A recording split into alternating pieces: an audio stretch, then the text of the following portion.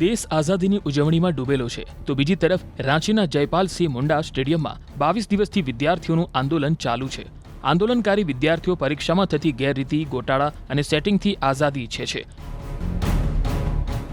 એક તરફ દેશમાં 80માં સ્વતંત્રતા દિવસની ઉજવણી થઈ, પરંતુ વિદ્યાર્થીઓ આજે પણ પરીક્ષાની ગેરરીતિઓથી આઝાદ નથી થઈ શક્યા। આંદોલન કરી રહેલા વિદ્યાર્થીઓ જેપીએસસી અને એસએસસી CGL પરીક્ષામાં ગેરરીતિના વિરોધમાં આંદોલન કરી રહ્યા છે। સ્વતંત્રતા દિવસના અવસર પર વિદ્યાર્થીઓએ તિરંગા યાત્રા કાઢી, જેમાં સમગ્ર રાજ્યમાંથી હજારો વિદ્યાર્થીઓ જોડાયા। દિવ્યાંગ વિદ્યાર્થીઓ અને વિદ્યાર્થિનીઓએ પણ તેમાં ભાગ લીધો। આ પહેલા જયપાલસિંહ મુંડા સ્ટેડિયમમાં વિદ્યાર્થીઓએ ધ્વજારોહણ કર્યું। मतलब झारखंड के सारे युवा हॉस्पिटल पहुंच जाएंगे तब आइएगा मिलने के लिए। आज कम से कम इतने भीड़ में हम लोग का मनोबल बढ़ाने के लिए एक मंत्री तो चाहिए था ना, हम लोग को माननीय मुख्यमंत्री जी को भी आना चाहिए था। सरकार से ये उम्मीद है कि जितना भी हम लोग का मांग है वो सभी को मांगे और सीबीआई जांच जरूर दे, क्योंकि अभी देखिएगा तो डेली नया नया खुलासा हो रहा है। પરંતુ તિરંગા યાત્રા શરૂ થાય તે પહેલા જ એક વિવાદે વાતાવરણ ગરમ કર્યું હતું, જ્યાં તિરંગા યાત્રામાં જોડાવાની જીદને લઈને હોસ્પિટલમાં દેવેન્દ્રનાથ મહતો અને પોલીસ વચ્ચે જોરદાર ધક્કામુક્કી થઈ। દેવેન્દ્રનાથ મહતો તિરંગા યાત્રામાં જોડાવા માંગતા હતા, પરંતુ પોલીસ તેમને રોકી રહી હતી। સદર હોસ્પિટલનો પરિસર થોડીવાર માટે જાણે યુદ્ધ ક્ષેત્રમાં ફેરવાઈ ગયો, જો કે પોલીસ તેમને રોકવામાં સફળ રહી હતી।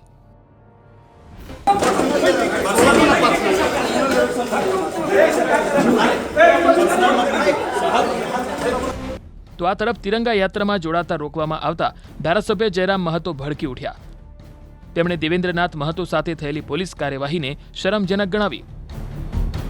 इतने भयभीत क्यों हैं आप कि भूख हड़ताल बैठा हुआ व्यक्ति को आप जाने की अनुमति नहीं दे रहे हैं? कहीं ना कहीं इसमें साजिश की बदबू आ रही है और उस साजिश की बदबू से पूरे राज्य के नौजवान पर्दाफाश करेंगे आपका। વિદ્યાર્થીઓ તરફથી સતત અવાજ ઉઠાવવામાં આવી રહ્યો છે। સરકાર અને વિદ્યાર્થીઓ વચ્ચે ઘણી વખત થયેલી વાતચીતનું કોઈ પરિણામ આવ્યું નથી, જો કે વિદ્યાર્થીઓ શાંતિપૂર્ણ રીતે આંદોલન કરી રહ્યા છે। आज सरकार और केंद्र सरकार मिल करके इसमें कड़ा रुख अपनाए, कड़ा कानून बनाए कि जो छात्र सेटिंग करता है और जो पदाधिकारी अधिकारी सेटिंग करता है उनको आजीवन कारावास कर दीजिए, उनको किसी जीवन में नौकरी ना मिले। शांति से हमारा प्रदर्शन जारी रहेगा जब तक वो मान नहीं जानते हैं, और हमारे अंदर उतना पेशेंस है कि हम लोग बैठ सकते हैं।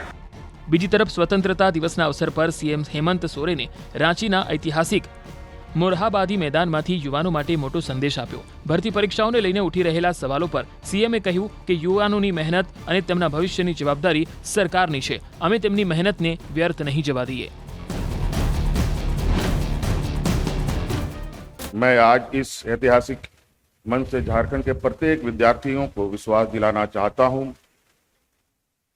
कि आपकी मेहनत को किसी माफिया, किसी भ्रष्ट तंत्र और किसी अनियमितता के भरोसे नहीं छोड़ा जाएगा। આઝાદીની ઉજવણીમાં વિદ્યાર્થીઓ ડૂબેલા દેખાઈ રહ્યા છે, પરંતુ વિદ્યાર્થીઓની માંગ છે કે તમામ પરીક્ષાઓમાં થતી ગેરરીતિઓથી તેમને આઝાદી મળે। સીએમ હેમંત સોરેને પણ નારાજ વિદ્યાર્થીઓની વાતને ધ્યાનમાં રાખીને દોષિતો સામે કડક કાર્યવાહી કરવાની વાત કરી અને પરીક્ષાની વ્યવસ્થામાં ફેરફાર કરવાનો સંકેત પણ આપ્યો। રાંચીથી ગૌરવ અને ઓમ પ્રકાશનો રિપોર્ટ।